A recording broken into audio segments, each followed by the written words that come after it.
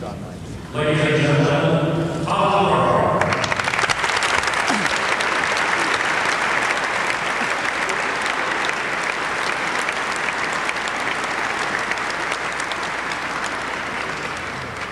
Well, good morning. I'm Colin Crawford. I'm the President and CEO of Mac Publications. This is an exciting, newly formed joint venture between Ziff Davis and IDG, which is now responsible for publishing Macweek and Macworld. And I'd like to welcome you all on behalf of the sponsors to Boston and Macworld Expo. You know, more than any other computer company, Apple continues to attract a great deal of media attention, and today is no exception. For me, and I expect for many of you, the last year in the Mac markets felt like being a bit on an emotional roller coaster. You know, highs of optimism followed by troughs of near despair as Apple wrestled with its turnaround strategy. Jubilation as Apple improved and rationalized its product line and made progress with its OS strategies, and then concern as negotiations with the licensees appeared to stall. But for all the followers of the Apple market, nearly every possible solution, every possible solution for Apple has been analysed and dissected. There's certainly no shortage of pundits, to give advice. Gil Amelio, Apple's former CEO, once remarked to me his frustration with the media coverage. My response was that Apple will be facing an even bigger problem if the media stop caring.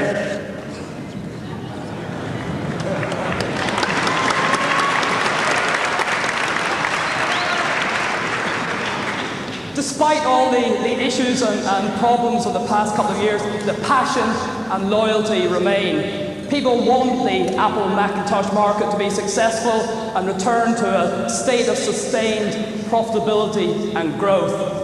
Today, I'm going to spare you my solutions for Apple, though having been in this market for over a decade, I've certainly some strong views. It's much more important that we all hear a vision for the Macintosh platform from Apple and other senior executives in the industry.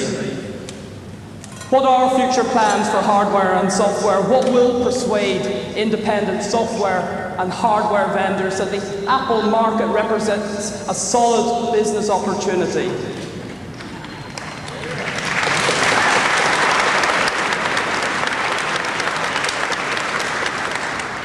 I want to leave Macworld Expo at the end of the week with evidence that the Macintosh platform is still one of the most exciting segments of the computer industry.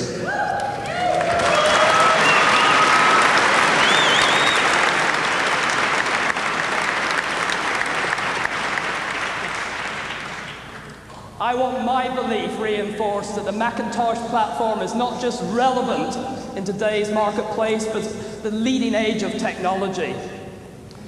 And to start us off in the right direction is an individual who really needs little introduction.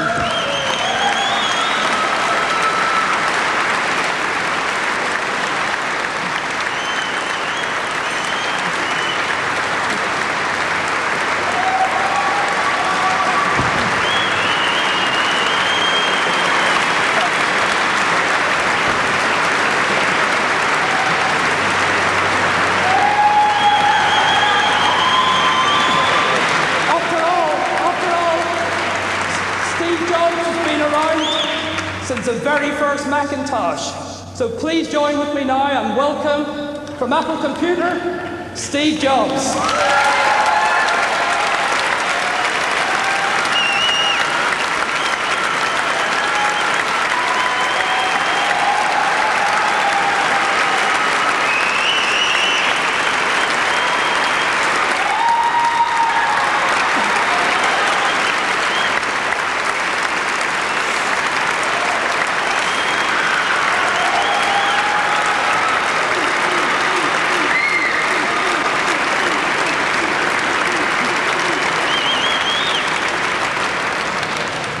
Thank you very much for that warm welcome. Now I guess I'm going to have to give a speech. I came today to give you a status report on what's going on and to try to fill you in on some of the steps we're taking to get Apple healthy again.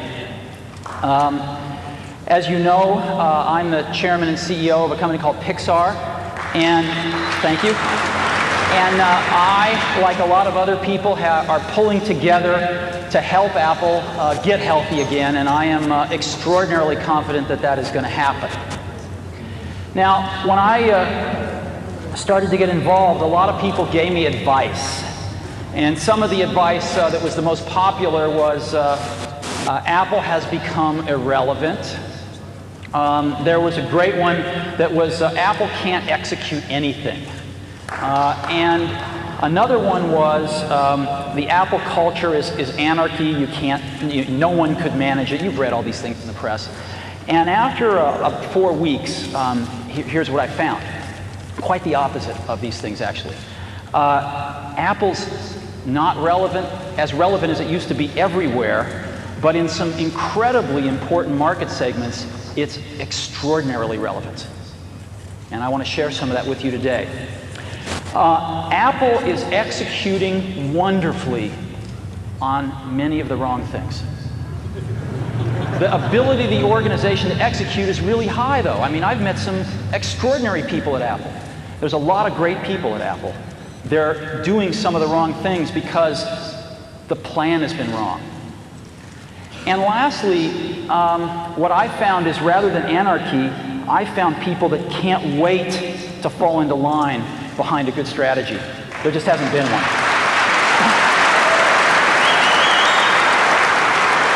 So,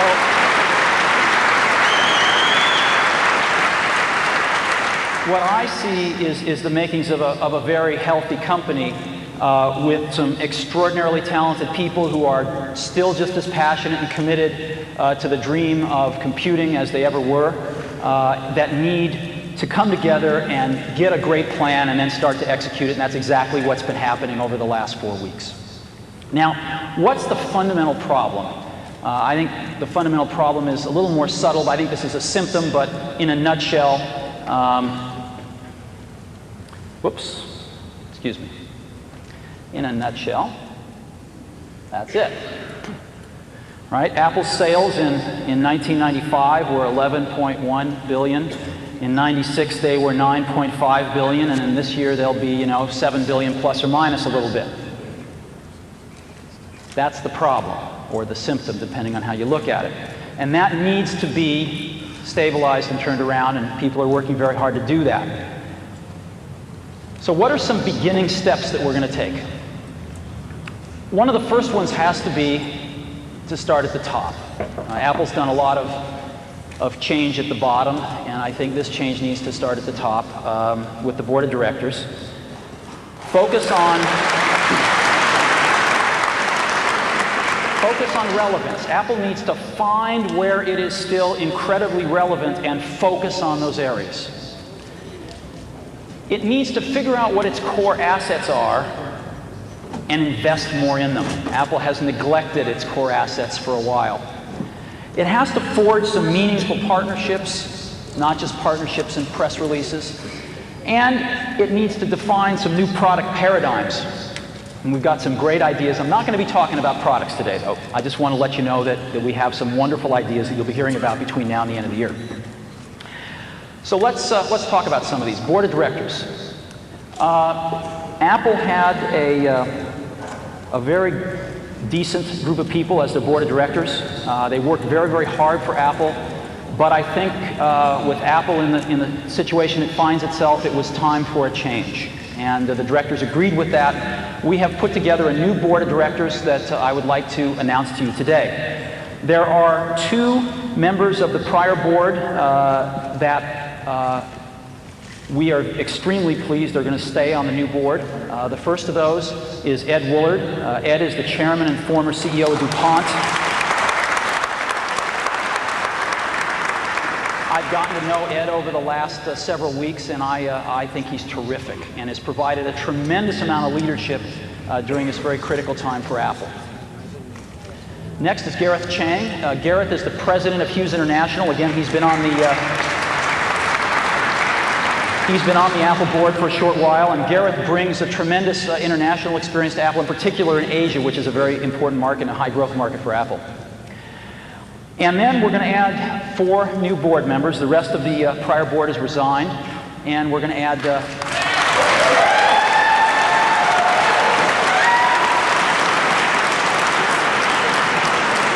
we're going to add 4 new board members to carry the company forward. The first is Larry Ellison, CEO of Oracle.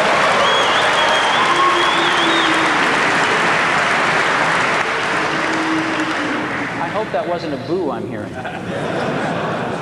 Larry started Oracle in his garage about a year after we started Apple. It's grown to be the 2nd largest software company in the world. We would like to do a lot more in terms of software, and we thought having some software industry expertise would be a good idea on the board. Second board member, Jerry York, former CFO of IBM and Chrysler.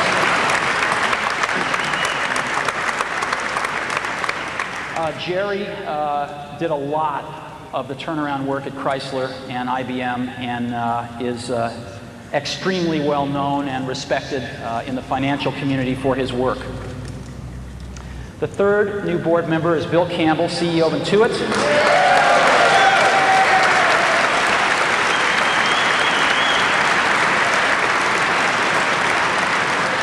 Bill, in addition to being CEO of Intuit, was formerly the Vice President of Sales and Marketing for Apple during some of its heyday, and also ran Claris, and is very familiar with some of the successes and some of the failures that Apple has had, and I think he'll be an extremely good board member. And lastly, I am joining the board as well.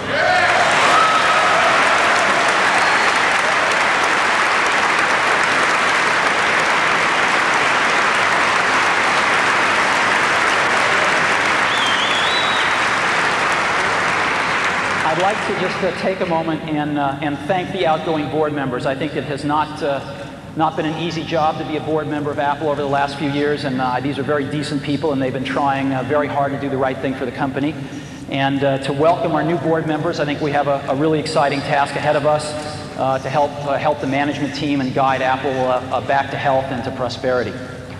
And so I hope you'll agree that this is a pretty sweeping change. We're adding a tremendous amount of industry expertise. We are not naming a chairman at this time.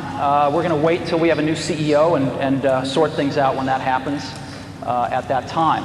Now, I put together a little video. If you'd like, I'll show it to you. That just we asked the board members a few questions, and you can just maybe get a little familiar with them. Would you like to see it? Let's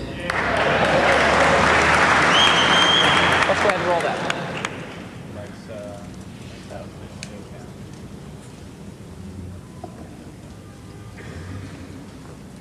The old board has been associated with the past, and the past has been failure. A new board brings hope. The new group of people on the Apple board are all computer insiders. We've all been in the computer industry. Everyone knows that the computer industry changes at the speed of light. Now we have people who clearly can help us articulate and understand where the niches are, where Apple can compete and successfully win. So a lot of times we try to focus on ourselves, re-engineer ourselves internally, and we forgot sometimes who pays the bills. It's the customer out there pays the bills. One of the things that bothered me years ago was when they raised prices. I thought that was it made me think that Apple didn't understand the outside world. I think Apple needs to worry less about competing with Microsoft and worry more about doing things that are different. That's back to innovation. It's back to creativity. It's back to vision. No one's really going to believe Apple can be successful until we get the revenues and the costs back in line, and that means we got to start growing the revenues again. Companies have to look at everything they're doing and determine, what are core competencies, what are the core parts of the business. In a sense, Apple is trying to do too many different things. We need to focus on a handful of things and do them really, really well. Well, I was on the Citicorp board in 1991. The price of the stock was $9 a share, and there was many negative articles being written about Citicorp was going bankrupt. The price today is $130. Mainly because we did the fundamental things that were necessary to focus on the customer and focus on having a highly successful business. At Chrysler, we had to take nearly $4 billion out of the cost structure to get Chrysler fully competitive, particularly with the Japanese?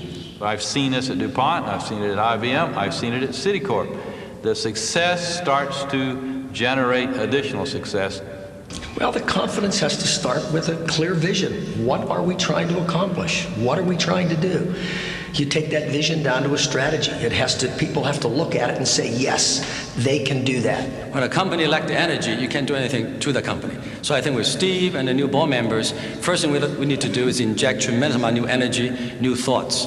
Apple has very strong positions in two market segments. First, education, and secondly, creative content. What other computer system has 20 to 25 million loyal, enthusiastic, committed users?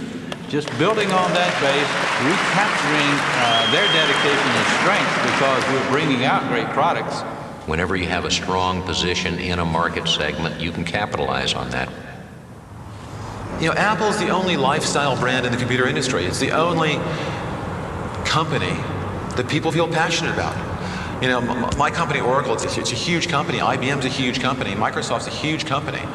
But no one has incredible emotions associated with our companies. Only Apple is really a lifestyle brand. And companies can spend billions of dollars to build a brand. Apple does not have to do that. It's already been done. The important thing is to build products that are wonderful, and or as Steve would say, insanely great. And it's time to start building insanely great products. The biggest thing you can do is go out and buy a Mac. Do I use a Mac? Absolutely, I use a Mac. I have 3 of them in my home. I've been using a Mac since 1984, and I'm not about to stop. I probably own every single machine that Apple had ever produced, and I can tell you, no one can change me in terms of personally what machine I will use. It's gotta be a Mac.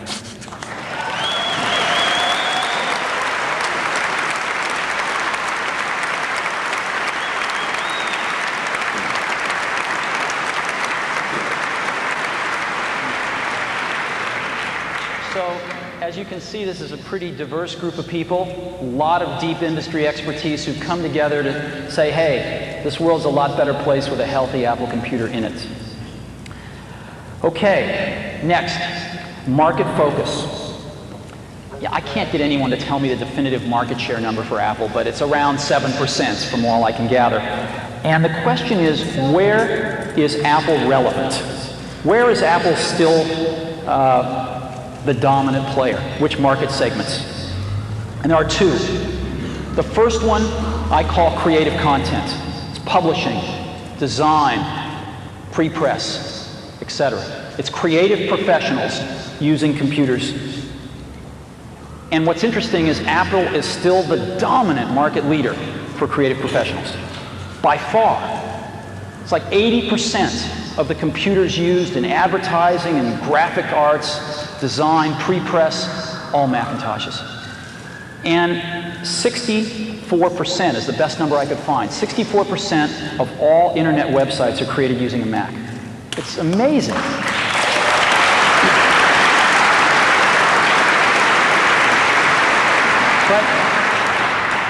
But we haven't been doing a good enough job here. As an example, there is something like 10 to 15% of Mac sales which can be traced directly back to people using Adobe Photoshop as their power app, right? When was the last time you saw Adobe and Apple co-marketing Photoshop? You know, when was the last time we went to Adobe and said, how do we make a computer that'll run Photoshop faster? These things haven't been as cohesive as they should have been, and I think we're going to start proactively focusing much more on how we do these things.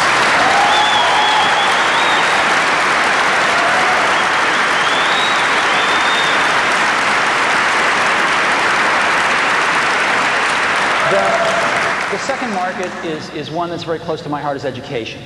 Apple put the first computers in education. Apple did it again with the Macintosh. And Apple is still the dominant leader in education. Now, I'm going to ask you a question. Who is the largest education company in the world? Who's the largest education company in the world?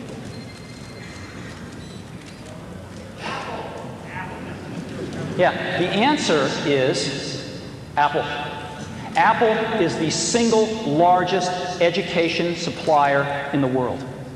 Okay, supplier to education in the world. Single largest education company in the world. Now, I've asked 100 people at Apple this, and only 2 have thought of Apple. It's incredible the position Apple still has in education. 60% of all computers in education are Apple's. 64% of computers teachers use are Apple's. It's a $2 to $2.5 billion business for Apple every year. What an incredible foundation to build off of. What an incredible legacy to build off of. And so you're going to see Apple proactively focusing much more on these 2 markets where it is very relevant, and both of these markets are growing over at 20% a year. Now, Apple's share is shrinking in these markets slowly, but I think you're going to see that stabilize and turn around, and you're going to see Apple grow with these markets because it's going to do a much better job of focusing where its relevance is and where its legacies lie.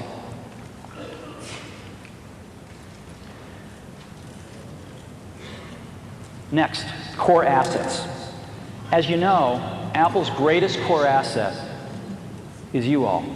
It's the group of 20 to 25 million active users that believe that Apple products and Macintosh is still the best in the world.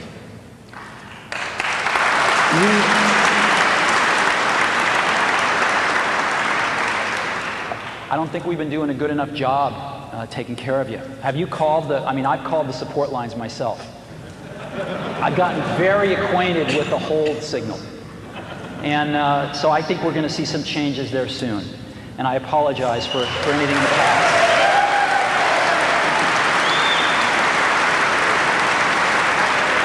But what I want to do right now is get a little more analytical. And I want to say, sort of from a more analytical standpoint, what are Apple's core assets? And there's 2 of them that I've been able to uncover. The first one is the brand itself, and the second is the Mac OS.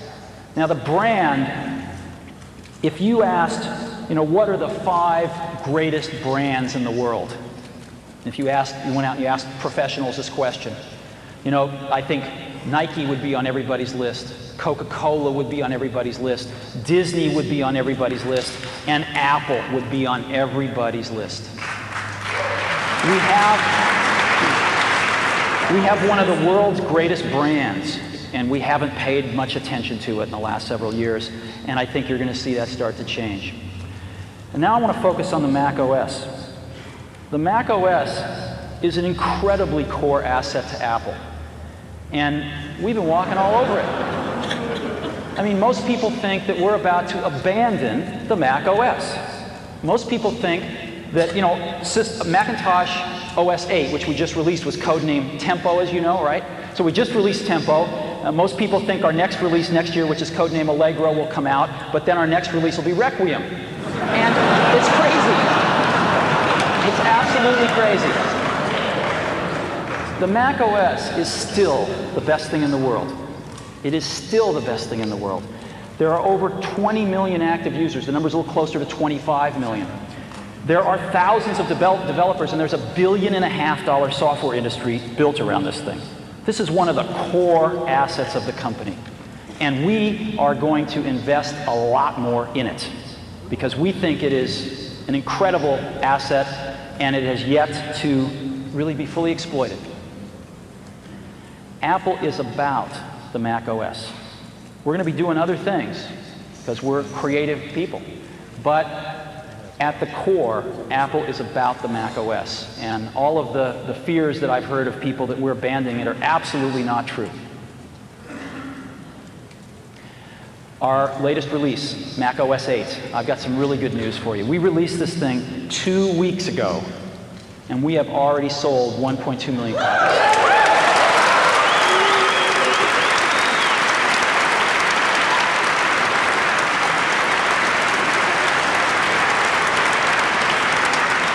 That's 4 times greater than what our forecast was. So we're scrambling to ship everything, and if it takes a little bit to get yours, please, I apologize for that, but we are scrambling, and this number's going up. I mean, it shows no sign of abating. So things are going very well with OS 8.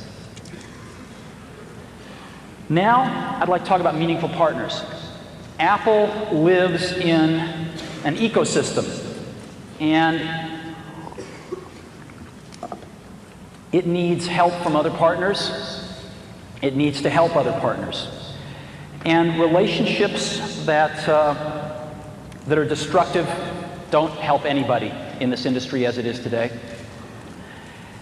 So during the last several weeks, we have looked at some of the relationships, and one has stood out as a relationship that hasn't been going so well, but had the potential, I think, to be great for both companies.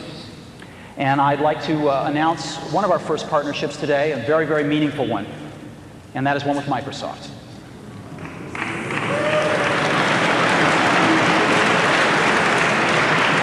I'd like to take you through this. The discussions actually began because there were some patent disputes. And rather than, I know,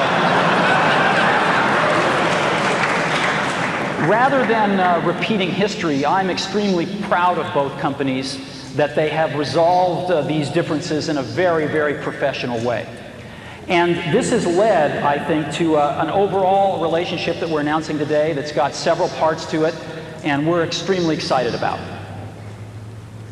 First part of it is a patent settlement and cross-license. The two companies have reached a full cross-license for all patents that exist and for patents that are filed within the next 5 years, and it has been a very serious patent settlement. The second part of this is Microsoft is committing to release Microsoft Office on Macintosh for the next 5 years.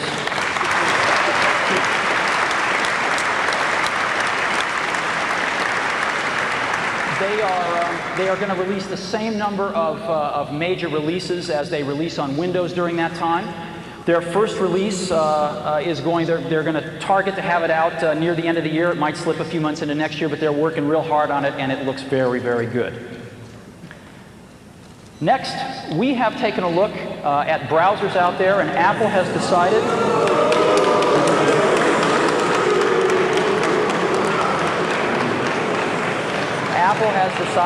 to make Internet Explorer its default browser on the Macintosh. Since we believe in choice,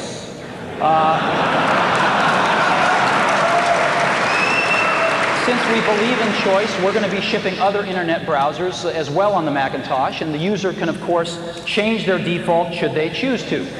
But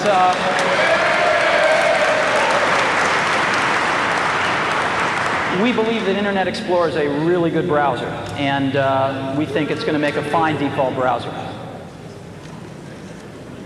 Java. We are going to be collaborating with Microsoft on Java to ensure that we can get the best from each other and ensure that there's compatibility between our virtual machines.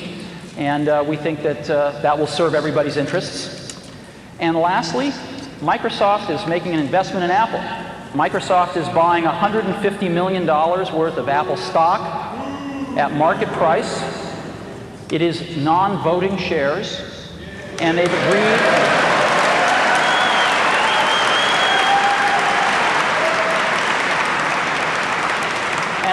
not to sell them for at least 3 years.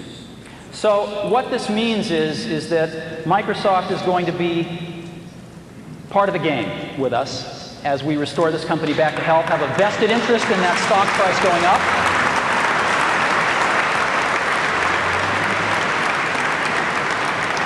We're going to be working together on Microsoft Office, on Internet Explorer, on Java, and I think that it's going to lead to a very healthy relationship. So it's a package announcement today. We're very, very happy about it. We're very, very excited about it.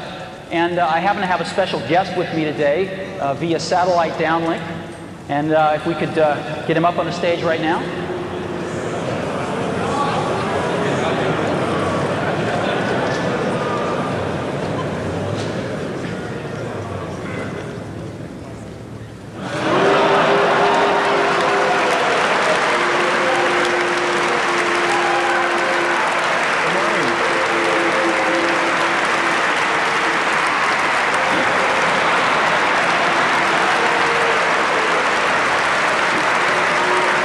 Some of that I've done in my career has been the work that I've done with Steve on the Macintosh. Whether it's the first introduction or doing products like Mac Excel, these have been major milestones. And it's very exciting to renew our commitment to the Macintosh. We have over 8 million customers using Microsoft software on the Macintosh. We make it very easy for people to use Macintosh to take their documents and work with all kinds of machines. We're very excited about the new release we're building. This is called Mac Office 98. We do expect to get it out by the end of this year. And we've got some real exciting features. It's a product that's going to require no setup. It's going to be an easy transition from people in the past. And I think it's going to really set a new benchmark for doing a good job with performance and exploiting unique Mac features. In many ways, it's more advanced than what we've done on the Windows platform. We're also excited about Internet Explorer. And we've got a very dedicated team that's down in California that works on that product. And the code is really specially developed for the Macintosh. It's not just a port of what we've done in the Windows environment. And so we're pleased to be supporting Apple. We think Apple makes a huge contribution to the computer industry. We think it's going to be a lot of fun helping out, and we look forward to the feedback from all of you as we move forward doing more Macintosh software. Thanks.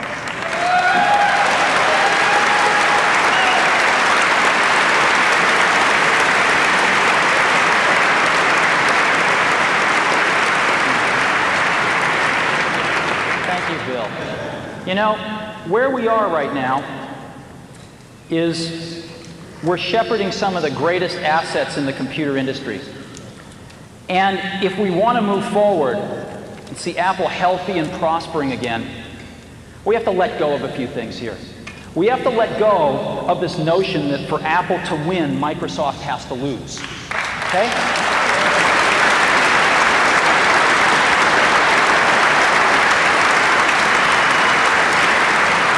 We have to embrace the notion that for Apple to win, Apple has to do a really good job. And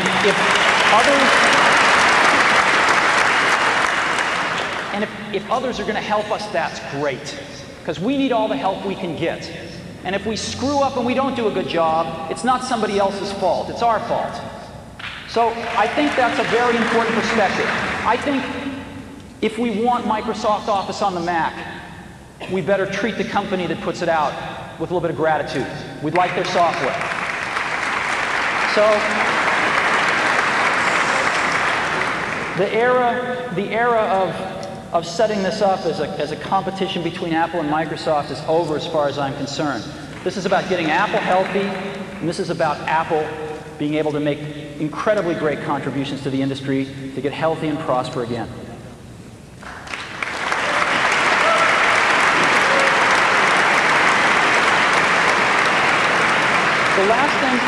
The last perspective I'd like to leave with you on this is, you know, sometimes points of view can really make you look at things differently. When you hear a new point of view, like for me, when I was looking at the statistics, and it hit me that Apple is the largest education company in the world.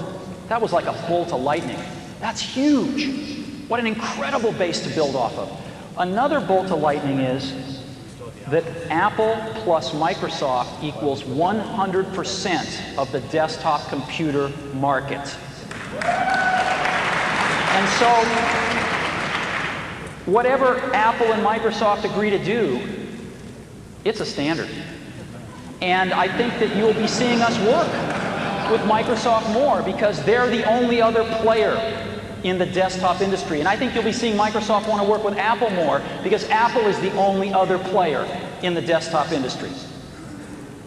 So I hope we have even more cooperation in the future because the industry wants it. Lastly, I want to just talk a little about Apple and the brand and what it means, I think, to a lot of us. You know, I think you always had to be a little different to buy an Apple computer. When we shipped the Apple II, You had to think different about computers. I mean, computers were these things you saw in movies. They occupied giant rooms. They weren't these things you had on your desktop. You had to think differently because there wasn't any software at the beginning. You had to think differently when a first computer arrived at a school where there had never been one before, and it was an Apple II. I think you had to think really differently when you bought a Mac. It was a totally different computer, worked in a totally different way, used a totally different part of your brain, and it opened up a computer world for a lot of people who thought differently. You were buying a computer with an installed base of 1. You had to think differently to do that. And I think you still have to think differently to buy an Apple computer. And I think the people that do buy them do think differently, and they are the creative spirits in this world. They are the people that are not just out to get a job done, they're out to change the world. And they're out to change the world using whatever great tools they can get. And we make tools for those kinds of people. So hopefully, what you've seen here today are some beginning steps that give you some confidence that we too are going to think differently and serve the people that have been buying our products since the beginning. Because a lot of times people think they're crazy, but in that craziness we see genius, and those are the people we're making tools for. Thank you very much.